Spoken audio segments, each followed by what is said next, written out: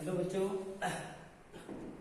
आज पढ़ेंगे first paper का पेपर फर्स्ट इंटीग्रेशन। ये अपना चैप्टर कंप्लीट हो चुका था, इसलिए जैसे सेकंड के कुछ चैप्टर लेना जरूरी है, वैसे फर्स्ट पेपर के भी चैप्टर लेना बहुत जरूरी है।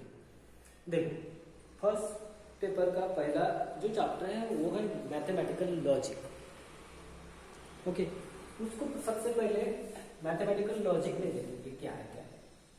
पहला चैप्टर है, बहुत अच्छा चैप्टर है और सबको इसमें इंटरेस्ट आने वाला ये चैप्टर है, मैथमेटिकल लॉजिक।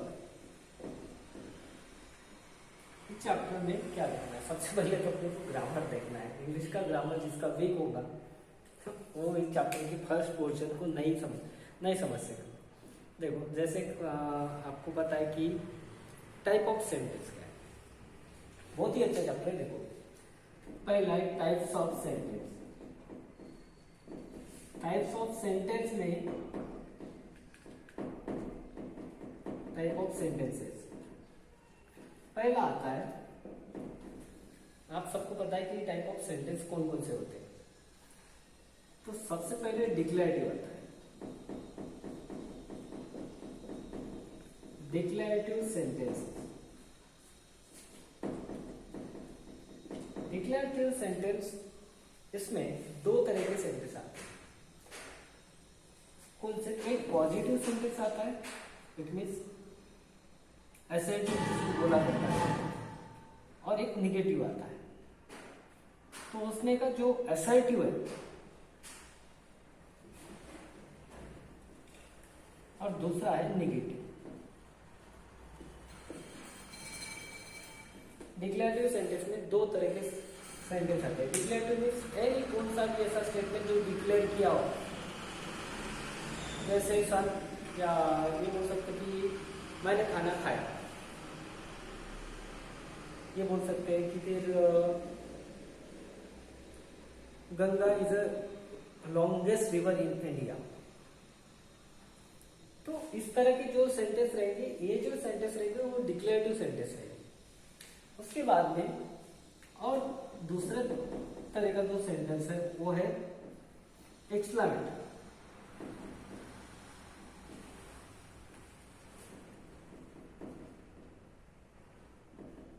एक्सक्लेमेटरी सेंटेंस, ये भी आपको पता है कि किस तरह रहता है, इसमें एक्सक्लेमेटरी मार्क होता है। उसके बाद में थर्ड वाला टाइप ऑफ सेंटेंस में थर्ड वाला टाइप आता है। थर्ड वाला कौन सा है? इंटरोगेटिव। इंटरोगेटिव सेंटेंस में आपको पता है इंटरोगेटिव सेंटेंस में क्या रहता है, तो क्वेश्चन मार्क रहता है, ऐसा क्वेश्चन मार्क रहता है। जनरली WH से शुरू होते हैं। ओके, और फोर्थ नंबर का जो टाइप ऑफ सेंटेंस है, इंटरोगेटिव हो गया अपना, उसके बाद में एक्सक्लेमेटरी हो गया, उसके बाद में आता है imperative. Imperative sentence. Imperative sentence में क्या रहता है? इंपेरेटिव सेंटेंस आपको पता है, आप 12 में है तो इंग्लिश मेरे से भी अच्छी आपकी हो सकती है आज। तो इंपेरेटिव सेंटेंस में किसी को रिक्वेस्ट करते हैं या फिर ऑर्डर करते हैं, बराबर। तो जिस सेंटेंस में ऑर्डर की हुई या रिक्वेस्ट की हुई, जैसे give me your water is as a request, या फिर डू दिस वर्क, ये ऑर्डर है किसी को, तो ये इंपेरेटिव सेंटेंस में ऑर्डर या रिक्वेस्ट रहेगी, इसको इंपेरेटिव सेंटेंस बोलेंगे। तो सबसे पहले लॉजिक चैप्टर में पढ़ना क्या है? एकदम सिंपल चैप्टर। पहले पढ़ना है आप लोगों को स्टेटमेंट। अब स्टेटमेंट किसको बोलेंगे?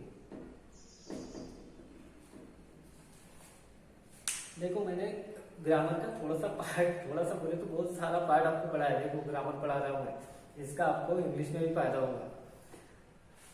मैथमेटिकल लॉजिक में पहला देखना है स्टेटमेंट। स्टेटमेंट के लिए अपने को सेंटेंस आने जरूरी है। टाइप ऑफ सेंटेंस आपको पता होना चाहिए। टाइप ऑफ सेंटेंस में एक और तरह के सेंटेंस होते हैं। डिक्लेरेटिव मीन्स असर्टिव और नेगेटिव। इट मीन्स इसको मराठी बोलते हैं होकारार्थी किंवा नकारार्थी वाक्य। ओके, दूसरा एक्सक्लेमेटरी। एक्सक्लेमेटरी में आपको एक्सक्लेमेटरी मार्क लगता है, ये भी आपको पता है। इंट्रोगेटिव, इंट्रोगेटिव में क्या रहेगा कि क्वेश्चन मार्क रहेंगे, किसी को इंट्रोगेट कर रहे हैं यानी क्वेश्चन पूछ रहे हैं। उसके बाद में इंपेरेटिव सेंटेंस। इंपेरेटिव सेंटेंस में रिक्वेस्ट या फिर ऑर्डर रहती है। तो स्टेटमेंट किसको बोलेंगे? स्टेटमेंट ये जो है ये मैथमेटिकल लॉजिक के लिए बहुत इंपॉर्टेंट है। लॉजिक क्या रहता है ये आपको पता चलना चाहिए। लॉजिक मीन्स लोगस, जो बोलते हैं ग्रीक में बोला जाता है। लोगस मीन्स एन आइडिया। ओके, तो स्टेटमेंट लॉजिकल मैथमेटिकल लॉजिक में स्टेटमेंट किसको बोलेंगे? जो सेंटेंस डिक्लेरेटिव है और डिक्लेरेटिव में इस तरह का क्वेश्चन है जिसकी ट्रूथ वैल्यू, जिसका आंसर या फिर पॉजिटिव आना चाहिए या फिर निगेटिव आना चाहिए, यानी हाँ और ना में उसका आंसर आना चाहिए, और दोनों उसके आंसर नहीं होना चाहिए। इंटरमीडिएट वैल्यू उसकी नहीं होनी चाहिए, यानी उसका आंसर पॉजिटिव भी आ रहा, निगेटिव, इट मीन्स हाँ भी आ रहा ना भी आ रहा, ऐसे नहीं होना चाहिए। मैथमेटिकल लॉजिक में जो स्टेटमेंट है, statement is a sentence which is declarative, which truth value is either true और फॉल्स बट नॉट साइमल्टेनियसली। आपको इसका मीनिंग पता चला होगा, या फिर उसका मीनिंग आपको अभी मीनिंग क्या है उसका ये भी आपको पता चला होगा कि मैथमेटिकल लॉजिक में statement is a sentence. Statement एक सेंटेंस है। किस तरह का सेंटेंस है? इस तरह का है कि वो डिक्लेरेटिव सेंटेंस होना, उसके बाद में उसकी ट्रूथ वैल्यू ट्रू होना या फिर फॉल्स होना,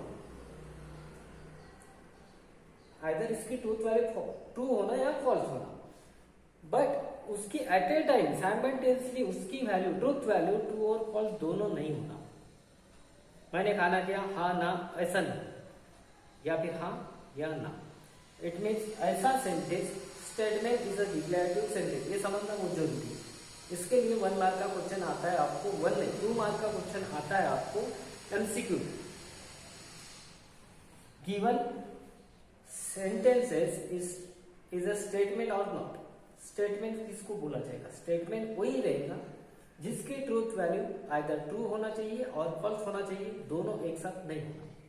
इसको स्टेटमेंट बोला जाता है मैथमेटिकल लॉजिक। इसका मतलब एक्सक्लेमेटरी सेंटेंस अपना स्टेटमेंट नहीं है। एक्सक्लेमेटरी, उसके बाद इंटरोगेटिव सेंटेंस अपना स्टेटमेंट नहीं है। Imperative sentence is not statement in mathematical logic. In mathematical logic, only the statement is a sentence which is declarative,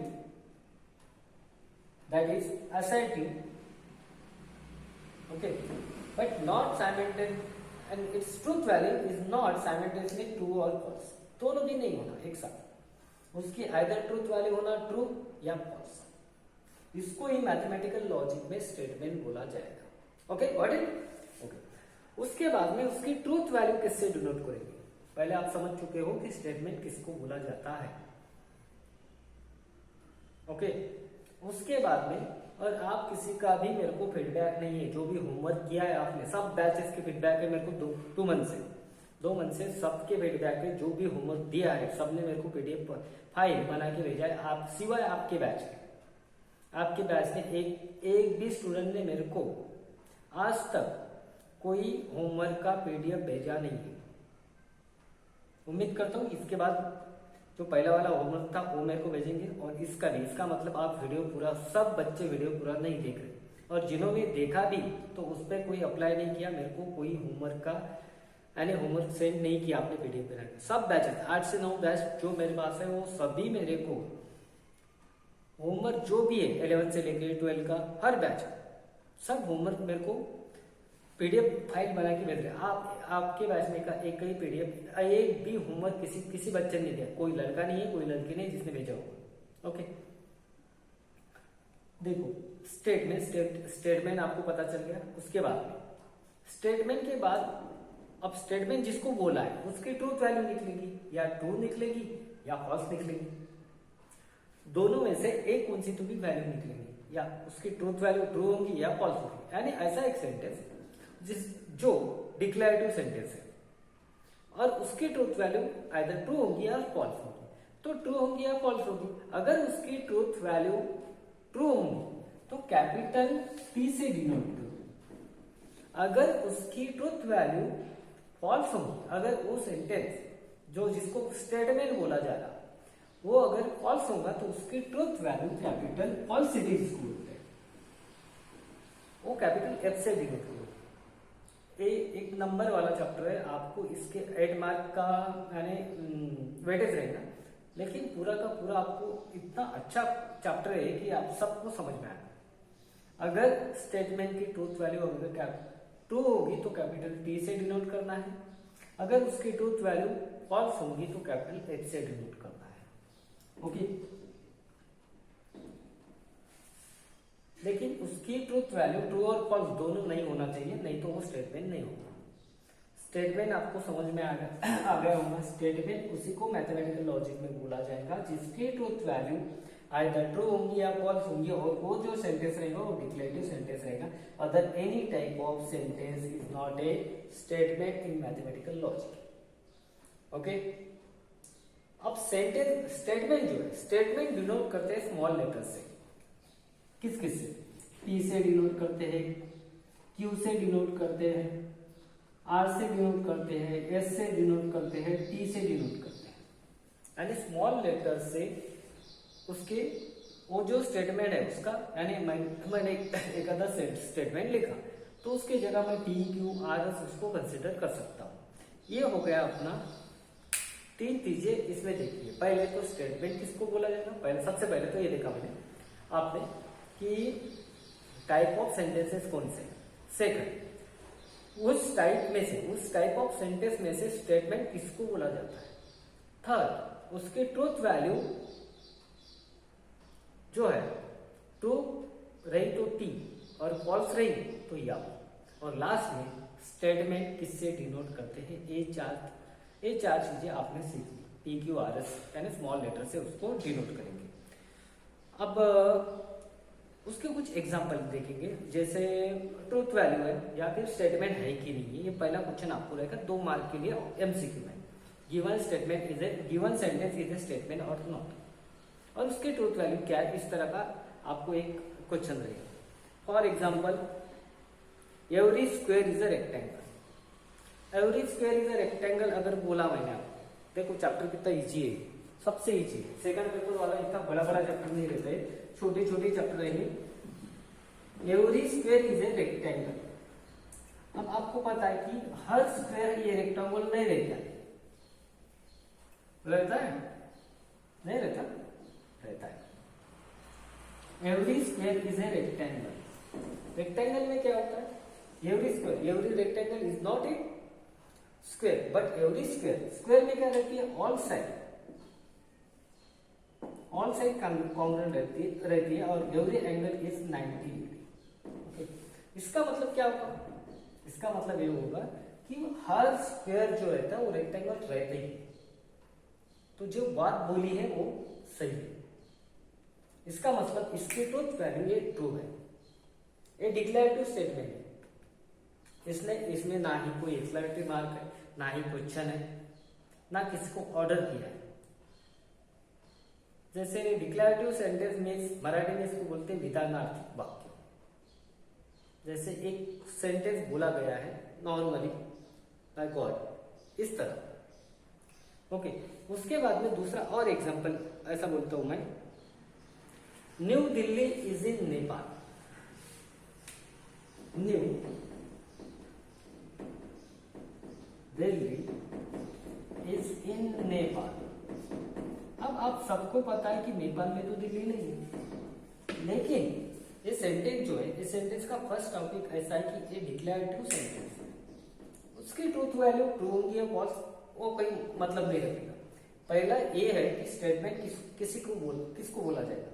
statement उसी को बोला जाएगा जो डिक्लेरेटिव है, इसमें असर्टिव और नेगेटिव। ओके, तो ये स्टेटमेंट हो गया, यानी given sentence is a statement अब इसकी ट्रूथ वैल्यू क्या है, क्योंकि given sentence is a declarative sentence, therefore it is a statement. अब उसकी ट्रूथ वैल्यू क्या होगी?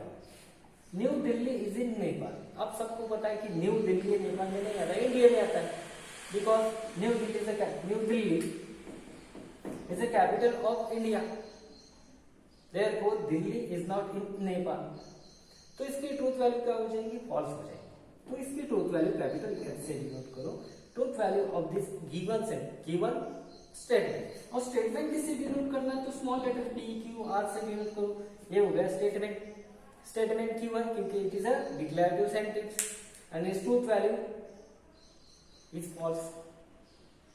ये डिक्लेरेटिव सेंटेंस होना जरूरी है। डिक्लेरेटिव सेंटेंस रहा तो ही उसको स्टेटमेंट बोला जाएगा, और उसकी ट्रूथ वैल्यू अगर ट्रू है तो कैपिटल टी, अगर फॉल्स है तो कैपिटल एल।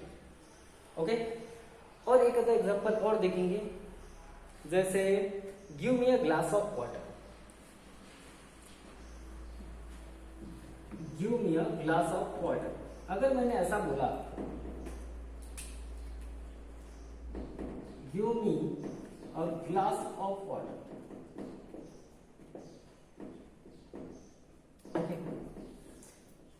इसको पी अगर बोला, पी बोल ही नहीं सकते क्योंकि स्टेटमेंट नहीं।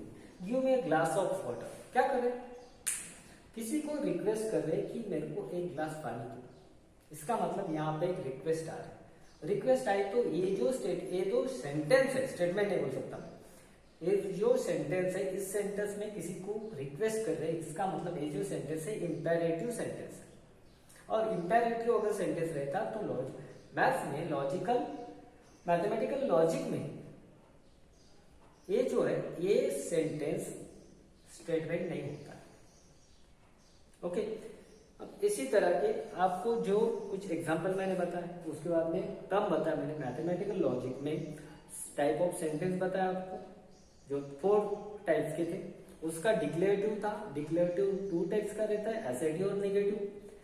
तो जो सेंटेंस रहेंगे उसमें के जो डिक्लेरेटिव सेंटेंस रहेगा वही मैथमेटिकल लॉजिक में स्टेटमेंट बोला जाएगा।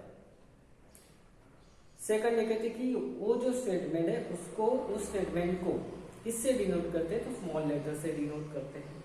अब उसकी ट्रूथ वैल्यू क्या रहेंगी? आइदर इसकी ट्रूथ वैल्यू ट्रू रहेंगी और फॉल्स रहेंगी। उसके बाद में कुछ एग्जांपल देंगे। ओके, अब नेक्स्ट देखेंगे, ये हो गया अब तक का। अब ओपन सेंटेंस बाद में रखेंगे। ओके, उसके बाद में लॉजिकल कनेक्टिव्स देखेंगे। Logical connectives, compound statement and truth table. Compound, उसके बाद में ओपन सेंटेंस बाद में।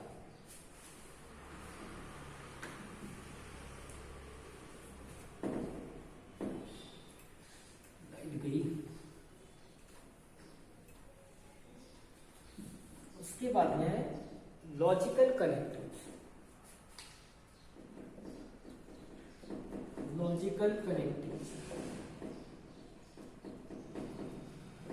सेकेंड वन है कंपाउंड स्टेटमेंट।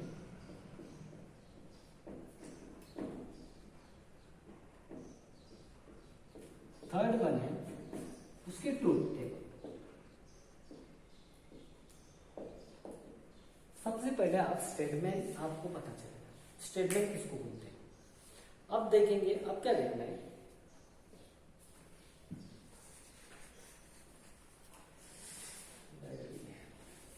लॉजिकल कनेक्टिव जो रहते हैं, लॉजिकल कनेक्टिव्स मैथमेटिकल लॉजिक में लॉजिकल कनेक्टिव्स किसको बोलते हैं? लॉजिकल कनेक्टिव्स मींस जो स्टेटमेंट रहते हैं, जैसे मैंने इससे पहले बोला कि every square is a rectangle is a statement, okay, which is a simple statement. वो जो हो गया वो सिंपल स्टेटमेंट हो गया। अब कंपाउंड स्टेटमेंट समझने के लिए क्या है कि दो सिंपल स्टेटमेंट, जैसे पहले बोला है मैंने एक statement, every square is a rectangle. Okay, अब दूसरा एक कौन सा भी स्टेटमेंट लूं, Bombay is the capital of Maharashtra. दो स्टेटमेंट मैंने लिए। पहला स्टेटमेंट लिया है every square is a rectangle, okay. दूसरा स्टेटमेंट मैंने लिया Bombay is in Maharashtra, Bombay is the capital of Maharashtra. ऐसे दो स्टेटमेंट मैंने स्टेटमेंट ही है, सेंटेंस नहीं बोल रहा मैं, वो दोनों भी स्टेटमेंट है क्योंकि वो डिक्लेरेटिव है। ये दोनों स्टेटमेंट लिए मैंने, दोनों स्टेटमेंट, ये पहला वाला स्टेटमेंट था, ये सिंपल स्टेटमेंट है, ये दूसरा वाला स्टेटमेंट था, ये सिंपल स्टेटमेंट है। अगर दोनों को, जैसे अपन कॉम्प्लेक्स सेंटेंस जैसे बोलते हैं, ये दोनों स्टेटमेंट को कंबाइन करने के लिए जिसकी जरूरत रहती है उसको बोला जाता है लॉजिकल कनेक्टिव्स। कनेक्टिव्स और मैथ्स में, लॉजिक में लॉजिकल कनेक्टिव्स। अब लॉजिकल कनेक्टिव दो स्टेटमेंट कौन कौन से फ्रेजेस से या फिर वर्ड से दोनों को ज्वाइन करते हैं। ज्वाइन करते हैं उसको एंड से, दो स्टेटमेंट को, और से, थर्ड नंबर इफ देन से उसको ज्वाइन किया जा सकता है, इफ देन, या फिर फोर्थ नंबर का इफ एंड ओनली इफ से ज्वाइन करते हैं। इफ एंड ओनली इफ को IFF भी बोला जाता है। IFF means if and only if होता है, और एक रहता है नॉट से, ये ज्वाइन करने के लिए नहीं है नॉट।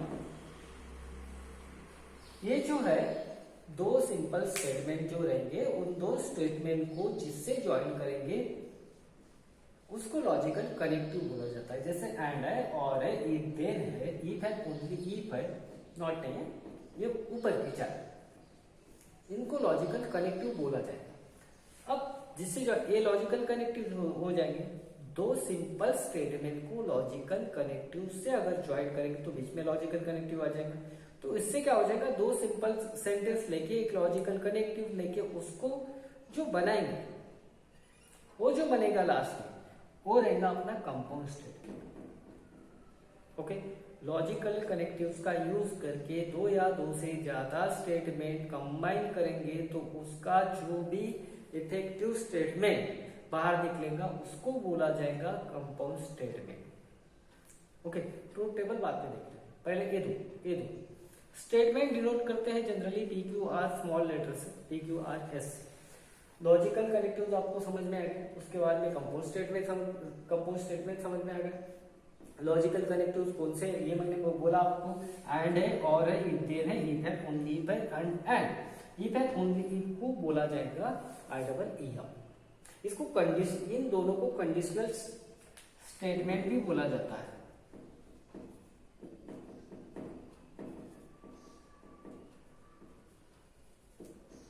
ओके, अब इसके कोई एग्जांपल देखते हैं।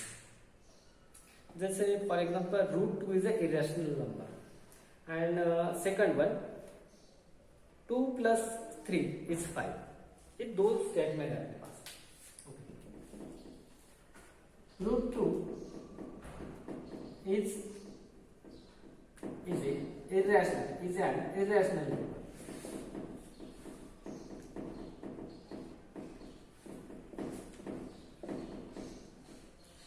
दूसरा स्टेटमेंट अपने पास ऐसा है, दूसरा स्टेटमेंट बोल रहा है 2 + 3 ऐसा लिखता हूं, 2 + 3 इज 5। अब देखो ये दोनों भी डिक्लेरेटिव है। ये पहला वाला डिक्लेरेटिव है, इसका मतलब है स्टेटमेंट है। 2 + 3 is a 5 is a declarative है, डिक्लेरेटिव सेंटेंस है, इसमें ए भी स्टेटमेंट हो गया। अब दोनों स्टेटमेंट को एंड से अगर मेरे को ज्वाइन करना है तो मैं कैसे करूं? इसको पहले तो मैं इसको पी लूंगा, पहला स्टेटमेंट ले, जो पहला स्टेटमेंट है उसको मैं मैथमेटिकल लॉजिकल में एक सिंपल उसके लिए सिंबल होगा P. √2 is an irrational number.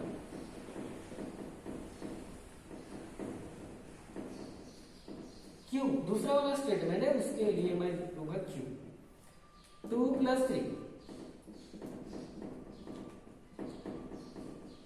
Is 5।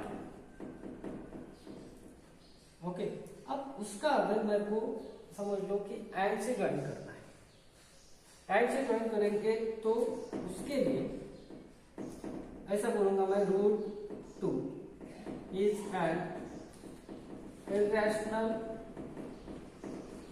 Number.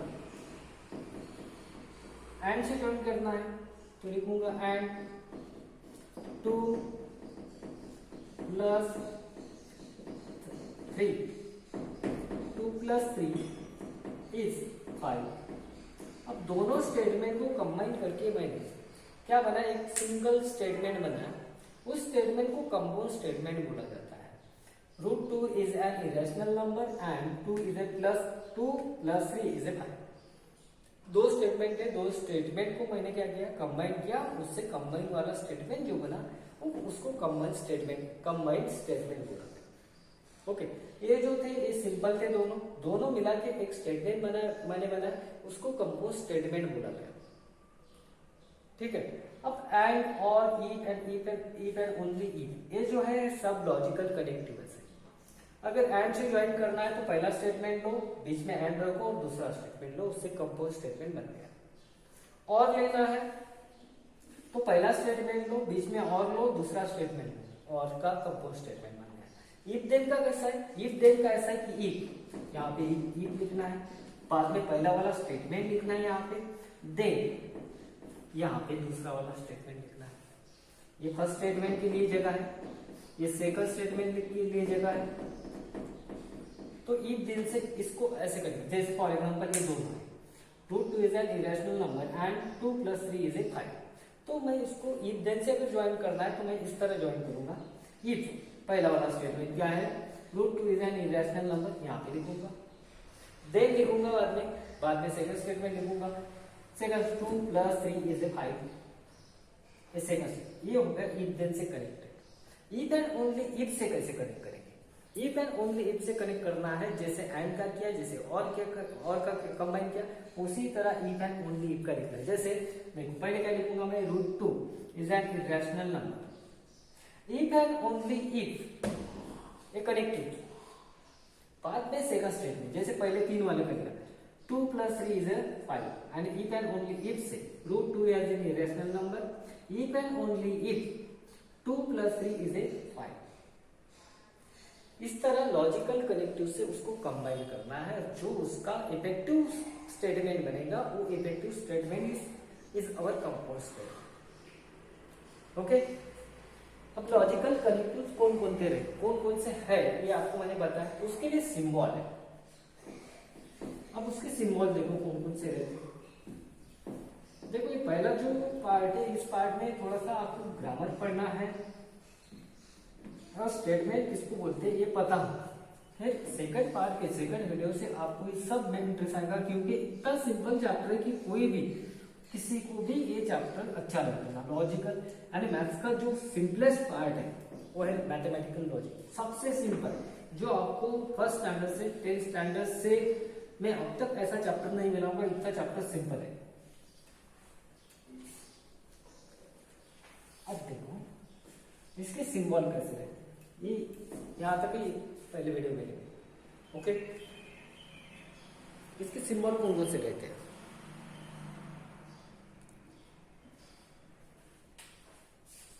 सबसे पहले यहां पे लॉजिकल कनेक्टिव लेना है,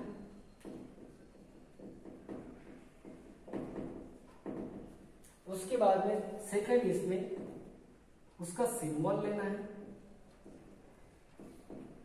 थर्ड इसमें उसका कंपाउंड स्टेटमेंट, उसको क्या बोला जाता है, कंपाउंड स्टेटमेंट, उसको क्या बोला जाता है। पहला लॉजिकल कनेक्टिव्स एंड, उसका सिंबल ऐसा है, एक ऐसा लिखा लेकिन बीच में ऐसे कंपाउंड स्टेटमेंट बना देता हूं, सिंबल आपको समझ में। कंपाउंड स्टेटमेंट उसको कंजंक्शन बोला जाएगा। अगर जो दोनों स्टेटमेंट एंड से कनेक्ट करते हैं तो उसको लॉजिकल, उस कंपाउंड स्टेटमेंट को कंजंक्शन बोला जाएगा। सेकंड वाला स्टेटमेंट है और, लॉजिकल कनेक्टिव्स है और, उसको उल्टा, उसके उल्टा उसको डिसजंक्शन बोला जाता है।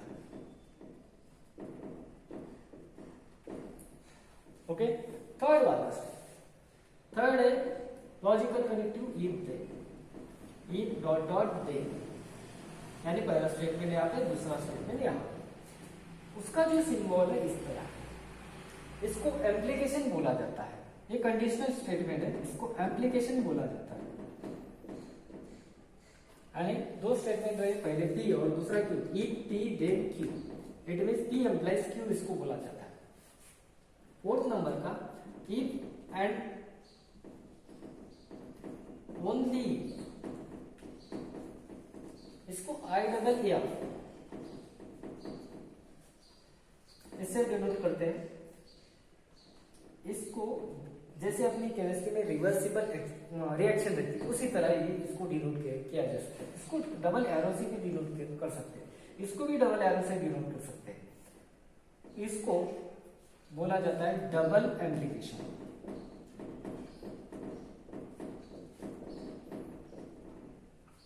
या फिर और बाय कंडीशनल स्टेटमेंट,